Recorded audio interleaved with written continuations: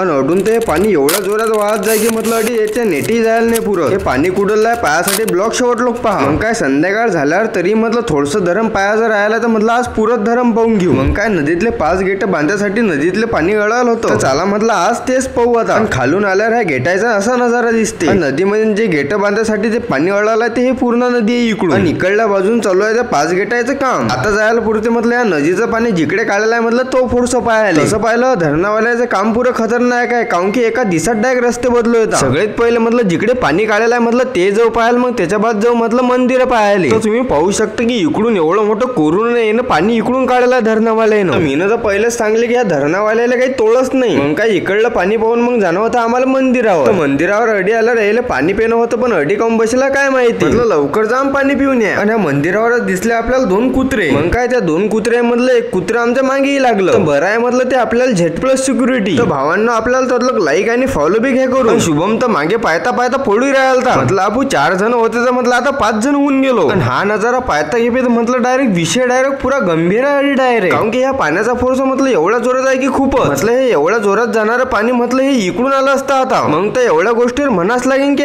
#Engineer. म्हटलं बाकी ह्या कुत्र्याला माना लागेल. म्हटलं आले बी आमच्या सोबत आणि चालले आमच्या सोबत. जे कुत्रे आमच्या सोबत आलं ते सुमित सोबत चांगलं खेळायला लागल. तर म्हटलं या कुत्र्याला आवडला गड्या तू म्हटलं चांगला. म्हटलं येऊन जाऊन म्हटलं हे त्याच जीव राहायला खेळासाठी. काय या कुत्र्याला बाय बाय टाटा करून मग निघलो आम्ही घरी जायसाठी. चला मग भेटू पुढच्या ब्लॉग मध्ये. आपल्याला लाईक आणि फॉलो करायला विसरू नका.